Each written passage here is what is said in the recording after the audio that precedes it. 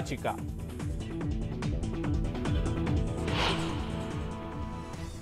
आणि आता आपण सुरुवात करूया 36 जिल्ह्यांच्या बातम्यांना। प्रसिद्ध कीर्तनकार हभप इंदुरीकर महाराजांना सुप्रीम कोर्टानं दणका दिलाय। हायकोर्टाचा निर्णय कायम ठेवत सुप्रीम कोर्टानं इंदुरीकरांची याचिका फेटाळली आहे। त्यामुळे त्यांच्यावर आता गुन्हा दाखल होण्याचा मार्ग मोकळा झालाय। पुत्रप्राप्तीबाबत कोणताही वैज्ञानिक आधार नसलेलं दिशाभूल करणारं विधान केल्यानं त्यांच्यावर खटला चालवण्याचे आदेश हायकोर्टानं दिले होते। राज्यामध्ये डोळ्यांची साथ मोठ्या प्रमाणावर आलेली आहे। मुंबई, पुणे, ठाणे, चंद्रपूर, गडचिरोली इथं जास्त रुग्णसंख्या आढळतीये। धाराशिवमध्ये सुद्धा डोळ्यांची साथ मोठ्या प्रमाणावर असून डोळ्यांबरोबरच मलेरिया आणि चिकुनगुनियाचे रुग्ण सुद्धा वाढत आहेत आणि त्यामुळे आरोग्य विभागानं पथकं तैनात केल्याची माहिती आरोग्यमंत्र्यांनी दिलेली आहे। रत्नागिरी, सिंधुदुर्ग जिल्ह्यातल्या खासदारांनी 10 वर्षात काहीच केलं नाही। ते सध्या व्हेंटिलेटरवर आहेत। 2024 मध्ये त्यांच्या व्हेंटिलेटरची वायर खेचून त्यांना राजकीय भावपूर्ण श्रद्धांजली देणार असल्याचा टोला आमदार नितेश राणेंनी खासदार विनायक राऊतांना लगावलाय। सिंधुदुर्गातल्या कुडाळ नगरपंचायतीत सत्ताधारी आणि विरोधकांमध्ये खडाजंगी पाहायला मिळालेली आहे। कुडाळच्या हद्दीतल्या केळबाईवाडी ते डॉक्टर नगरपर्यंतच्या ओहळ मोजणी विषयावरनं भाजप आणि उद्धव बाळासाहेब ठाकरे शिवसेना नगरसेवकांदरम्यान हा वाद झाला। शिक्षण विभागात नोकरी लावण्याच्या आमिषानं 44 जणांची तब्बल 5 कोटींची फसवणूक केल्याप्रकरणी राज्य परीक्षा परिषदेच्या तत्कालीन आयुक्त शैलजा दराडे यांना कोर्टानं 12 ऑगस्टपर्यंत पोलीस कोठडीत ठेवण्याचे आदेश दिलेत। या प्रकरणी दराडे यांच्यासह त्यांचा भाऊ दादासाहेब दराडे याच्या विरुद्धही हडपसर पोलिसात गुन्हा दाखल करण्यात आलेला आहे। निलिमा चव्हाण मृत्यू प्रकरणी पोलिसांचा तपास सुरूच आहे। गेल्या 5 दिवसांपासून जगबुडी नदीतल्या वस्तूंचा कसून शोध सुरू आहे। स्थानिक विसर्जन कट्टाच्या मदतीनं पोलीस ही शोध मोहीम राबवत आहेत। निलिमा चव्हाण मृत्यू प्रकरणामध्ये आता एक नवं सीसीटीव्ही फुटेज समोर आलेलं आहे, ज्यामध्ये निलिमा एका जोडप्याला भेटल्यानंतर काही वेळातच एक मुलगी तिच्या हाताला धरून बसमध्ये चढत असल्याचं दिसून आलेलं आहे। तसंच निलिमा मृत्यूआधी एका तरुणालाही भेटल्याची माहिती समोर येते। रत्नागिरी शहराजवळच्या मिरजोळे इथल्या मदलीवाडी आणि वाडकरवाडी परिसरात मोठमोठ्या भेगा जाऊन जमीन खचली आहे। या ठिकाणी भात शेती असल्यानं शेतकऱ्यांचं नुकसान झालेलं आहे। दरवर्षी होणाऱ्या या भूस्खलनामुळे शेतकरी हताश झाले। परभणी जिल्ह्यातल्या शेतकऱ्यांच्या कापसाच्या वाणाचं मोठं नुकसान झालंय। बोगस बियाण्यांमुळे कापसाच्या वाणाचं पातं टिकत नसल्यानं शेतकरी हवालदिल झाले। त्यामुळे फसवणूक करणाऱ्या बियाणे कंपनी विरोधात कारवाई करून नुकसान भरपाई देण्याची मागणी शेतकऱ्यांनी केली आहे। भुसावळच्या खडका रोडवरच्या मिल्लतनगर परिसरात वेळेवर पाणी पुरवठा होत नाहीये। पाणी दूषित आणि दुर्गंधीयुक्त आहे। या भागात स्वच्छ पाणी पुरवठा करण्याची मागणी निवेदनाद्वारे करण्यात आलेली आहे। संभाजी भिडे यांनी केलेल्या वादग्रस्त वक्तव्याच्या विरोधात मनमाडमध्ये आरपीआयच्या वतीनं आंदोलन करण्यात आलं। भिडेंची प्रतिकात्मक अंत्ययात्रा काढत संतप्त कार्यकर्त्यांनी त्यांच्या पुतळ्याचं दहन केलंय। बीडमध्ये मनसेनं खड्ड्यांच्या विरोधात आंदोलन केलं। यावेळेला खड्ड्यांच्या भोवती भव्य रांगोळी काढत त्यात आय लव्ह यू असं लिहिलं गेलंय। तसंच झाडं देखील लावली गेली आहेत। कराड चिपळूण राज्य महामार्गावर खड्ड्यांचं साम्राज्य आहे। वारंवार निवेदनं देऊन सुद्धा संबंधित अधिकारी दुर्लक्ष करत असल्यानं कोयना विभागातल्या सर्वपक्षीय नागरिकांनी एकत्र येत रस्त्यावरील खड्ड्यांमध्ये भाताची रोपं लावत प्रशासनाचा निषेध केलाय। आंदोलनाची दखल घेत अधिकाऱ्यांनी आश्वासन दिल्यानंतर आंदोलन तात्पुरतं मागे घेण्यात आलेलं आहे। सांगली महापालिका क्षेत्रातल्या झोपडपट्टी धारकांच्या घरांचे उतारे द्यावेत आणि ही घरं झोपडपट्टी धारकांच्या नावे करावीत अशी मागणी झोपडपट्टी संघर्ष समितीनं केली आहे। या मागणीसाठी संघर्ष समितीच्या वतीनं पालिकेवर मोर्चा देखील काढण्यात आला। राज्य शासन विविध आस्थापनांवरील पदभरतीसाठी घेत असलेल्या स्पर्धा परीक्षांचं शुल्क जास्त असल्यानं गरजू विद्यार्थ्यांना या परीक्षा देता येत नाहीयेत आणि त्यामुळे स्पर्धा परीक्षांचं शुल्क कमी करावं या मागणीसाठी युवा सेनेच्या नेतृत्वात वाशिम जिल्हाधिकारी कार्यालयावर मोर्चा काढण्यात आला। राज्यामध्ये मुलींवर होणाऱ्या अत्याचाराच्या निषेधार्थ मुक्ताईनगरमध्ये भव्य मूक मोर्चा काढण्यात आला।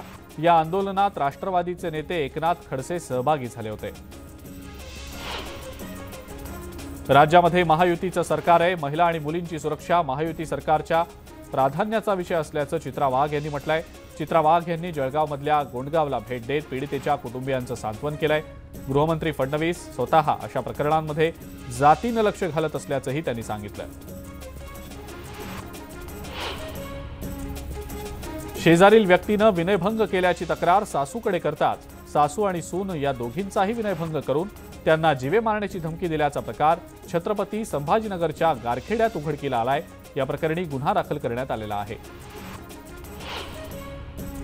नाशिकच्या बाजार समितीमध्ये कोथिंबीर, मेथी आणि शेपूला कवडीमोल दर मिळतोय। उत्पादन खर्च सुद्धा निघत नसल्यानं या भाज्या रस्त्यावर फेकण्याची वेळ नाशिकमधल्या शेतकऱ्यांवर आली आहे। भंडारा जिल्ह्यातल्या अनेक ठिकाणी मोठ्या प्रमाणावर जंगली मशरूम विक्रीसाठी आलेत, मात्र जंगली मशरूमला सध्या मटणापेक्षाही जास्त दर मिळतोय। मशरूमला प्रति किलो 1000 ते 1200 रुपयांचा दर मिळत असून खरेदीसाठी नागरिकांची झुंबड उडालेली आहे। अमरावतीमधल्या दिलालपूरमध्ये संत्रा झाडावरील फळांना गळती लागलेली आहे। कृषी केंद्रानं चुकीची बुरशीनाशक औषधं दिल्यामुळेच संत्रा बागेचं नुकसान झाल्याचा आरोप होतोय। या प्रकरणी कृषी केंद्राचा परवाना रद्द करून नुकसान भरपाईची मागणी शेतकरी करतायत। लातूरमधल्या जळकोट तालुक्यात गारपिटीमुळे नुकसान झालेल्या नुकसानग्रस्त शेतकऱ्यांची यादी तालुका कृषी कार्यालयानं प्रसिद्ध केली आहे, मात्र या यादीमध्ये बोगस शेतकऱ्यांची नावं असल्याचा आरोप होतोय। या संदर्भात शेतकऱ्यांनी तहसीलदारांना निवेदन देत चौकशीची मागणी केली आहे। या प्रकरणाची दखल न घेतल्यास आमरण उपोषणाचा इशारा देखील शेतकऱ्यांनी दिलाय। सांगलीमध्ये कृष्णा नदीची पाणी पातळी वाढल्यानं नदीकाठी मगरींची दहशत निर्माण झाली आहे। गेल्या 4 ते 5 दिवसात जवळपास 6 ते 7 मगरींचं दर्शन झाल्यानं परिसरात दहशत निर्माण झाली आहे। छत्रपती संभाजीनगरमध्ये नागरिकांना वेळेवर वीज मिळत नसल्यानं तृतीयपंथीय आक्रमक झाले। वाळूज इथल्या महावितरण कार्यालयात तृतीयपंथीयांनी नृत्य करत महावितरणच्या कारभाराचा निषेध केला। ओला कचरा आणि सुका कचरा वेगळा केला नाही तर अशा कचऱ्याचं संकलन केलं जाणार नाही अशी घोषणा छत्रपती संभाजीनगर महानगरपालिकेच्या वतीनं करण्यात आलेली आहे। ओला कचरा आणि सुका कचरा वेगवेगळा करावा अशी जनजागृती करण्यासाठी प्रशासनाकडून रॅलीचं आयोजन करण्यात आलं। सटाणा तालुक्यातल्या ताराहबाद शहरातल्या रस्त्यांची दुरावस्था झालेली आहे। पावसाच्या हलक्या सरी जरी बरसल्या तरी खड्ड्यांमध्ये पाणी साचून रस्ते चिखलमय होत आहे। रस्ते दुरुस्तीसाठी अनेकदा निवेदनं देऊन सुद्धा प्रशासन लक्ष देत नाहीये, त्यामुळे ग्रामस्थांनी खड्ड्यामध्ये कांदा आणि भात पिकाची लागवड करत अनोख्या पद्धतीनं आंदोलन केलं। पंढरपूरमध्ये 2018 साली कोट्यवधी रुपये खर्चून बांधण्यात आलेलं तुळशी वृंदावन सध्या बंद ठेवलं गेलंय। गेल्या 6 महिन्यात तुळशी वृंदावनामधील 2 संतांचं शिल्प कोसळल्यामुळे दुरुस्तीसाठी वृंदावन बंद ठेवण्याचा निर्णय घेतला गेलाय। तुळशी वृंदावन लवकरात लवकर सुरू करावं अशी मागणी भाविकांनी केली आहे। बीडच्या गेवराई शहराला पाणी पुरवठा करणारी पाईपलाईन फुटली आहे आणि त्यामुळे लाखो लिटर पाण्याचा अपव्यय होतोय। एकीकडे नागरिकांना 8 दिवसांनी पाणी मिळत असताना दुसरीकडे मात्र लाखो लिटर पाणी वाया जात असल्यानं गेवराई नगरपालिकेचा गलथान कारभार चव्हाट्यावर आलेला आहे। अहमदनगर जिल्ह्यात डोळ्यांच्या आजाराचा झपाट्यानं संसर्ग होतोय। या पार्श्वभूमीवर जिल्हा परिषदेच्या आरोग्य यंत्रणेनं 1 ऑगस्टपासून सर्वेक्षणाची मोहीम हाती घेतलेली आहे। 7 दिवसात ग्रामीण भागामध्ये 2277 डोळे आलेले रुग्ण आढळलेत, त्यामुळे आरोग्य यंत्रणेनं काळजी घेण्याचं आवाहन केलंय। धुळे शहरातल्या श्री स्वामीनारायण मंदिरात 2 दहशतवादी घुसल्याच्या बातमीनं खळबळ माजलेली होती, मात्र ही पोलिसांची मॉकड्रिल असल्याचं समजताच नागरिकांनी सुटकेचा निश्वास सोडला। भुसावळ पालिकेच्या वतीनं शहरातल्या रॉ वॉटर केंद्रातील सिमेंटची खराब झालेली पाईपलाईन काढून नवीन जीआय पाईपलाईन बसवण्याचं नियोजन सुरू आहे। त्या कामामुळे बुधवारी पाणी पुरवठा बंद असेल, परिणामी शहरातील रोटेशन 24 तास लांबणीवर पडणार आहे। त्यामुळे नागरिकांनी पाणी जपून वापरावं असं आवाहन पाणी पुरवठा विभागानं केलेलं आहे। आयुष्याच्या अखेरच्या क्षणापर्यंत भाजपसोबत कधीही तडजोड करणार नाही असा शब्द शरद पवारांनी दिल्लीतल्या कार्यकर्त्यांना दिल्याची माहिती राष्ट्रवादीचे पुणे शहराध्यक्ष प्रशांत जगताप यांनी दिली आहे। नवी चळवळ उभी करावी लागली तरी चालेल, भाजपनं आपल्या कायदेशीर लढाईमध्ये कितीही अडचणी आणल्या तरी दबावाला बळी पडणार नाही असं देखील पवारांनी म्हटलंय। शरद पवार मैदानात उतरलेत। ऑगस्ट महिन्याच्या अखेरीस शरद पवारांची पुण्यामध्ये सभा होतीये। राष्ट्रवादीमधल्या फुटीनंतरची ही दुसरी सभा आहे। औरंग्याला मोठं करण्याचं षडयंत्र सुरू असून नेमाडे त्याला खतपाणी घालण्याचं काम करत असल्याची टीका भाजपचे आमदार नितेश राणेंनी केली आहे। औरंग्याला मोठं करणाऱ्या लोकांना पुरस्कार द्यायचे का असा सवाल उपस्थित करत सरकारनं दिलेले पुरस्कार परत घ्यावेत अशी मागणी नितेश राणेंनी केली आहे। मी दुसऱ्या कोणत्याही पक्षात जाणार नाही, स्वाभिमानी शेतकरी संघटनेत राहूनच काम करणार असल्याची भूमिका रविकांत तुपकरांनी मांडलेली आहे। मी या पक्षात जाणार, मी त्या पक्षात जाणार अशा अफवा सुरू आहेत, त्या अफवा थांबाव्यात असंही तुपकरांनी म्हटलंय।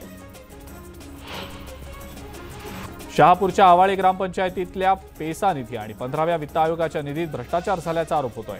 या विरोधात डेमोक्रॅटिक युथ फेडरेशन ऑफ इंडियाच्या वतीनं पंचायत समितीसमोर आंदोलन झालं।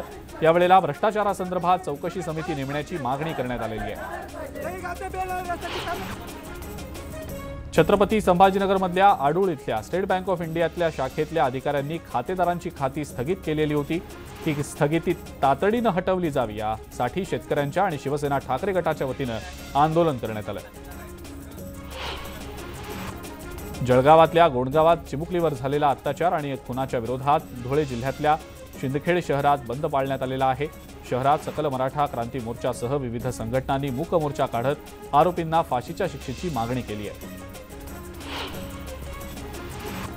विश्व आदिवासी दिनाच्या निमित्तानं नंदुरबार शहरात आदिवासी संघटनांनी बाईक रॅलीचं आयोजन केलं होतं। शहरातील करण चौफुली, सिंधी कॉलनी, सोनार खुंट, जळका बाजार मार्गे ही बाईक रॅली काढण्यात आली। या रॅलीमध्ये तरुण मोठ्या संख्येनं सहभागी झाले होते। कोपरगावातलं चासनळी आरोग्य केंद्र व्हेंटिलेटरवर असल्याचं पाहायला मिळत आहे। रुग्णालयात डॉक्टरच नाहीत तर रुग्णवाहिकेत डिझेल नसल्यानं रुग्णांची हेळसांड होतीये। आरोग्य यंत्रणेच्या भोंगळ कारभारामुळे वेळेमध्ये उपचार न मिळाल्यानं एका गर्भवती महिलेला आपला जीव गमवावा लागलाय। सांगलीतल्या बसस्थानकाजवळच्या अपार्टमेंटमध्ये स्पा सेंटरच्या नावाखाली वेश्या व्यवसाय सुरू होता। या सेंटरमध्ये पोलिसांनी छापा टाकत 5 महिलांची सुटका केलेली आहे। डमी ग्राहक पाठवून पोलिसांनी ही कारवाई केली आहे। मुख्य आरोपी फरार आहे। यवतमाळच्या घाटंजी तालुक्यातल्या भीमकुंड इथल्या जिल्हा परिषद शाळेत अस्वल शिरल्यानं विद्यार्थी आणि शिक्षकांची तारांबळ उडाली होती।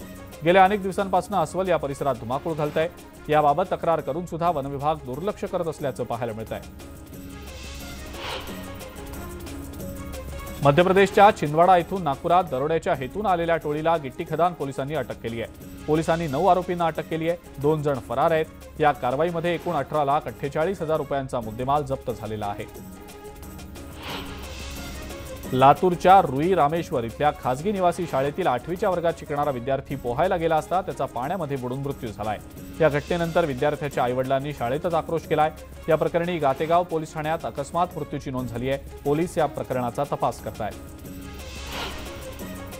नागपूरच्या वाडी परिसरात सुगंधित तंबाखूच्या गोदामावर पोलिसांनी छापा टाकला। 1000 किलो तंबाखू जप्त झाली आहे तर 3 जणांना ताब्यात घेण्यात आलेलं आहे। दौंड शहरात कोयता घेऊन दहशत निर्माण करणाऱ्यांवर कारवाई झाली आहे। या दोन्ही आरोपींच्या विरोधात दौंड पोलीस ठाण्यात गुन्हा दाखल झालाय। व्हिडिओ सोशल मीडियावर व्हायरल झाल्यानंतर पोलिसांनी दोघांनाही अटक केली आहे।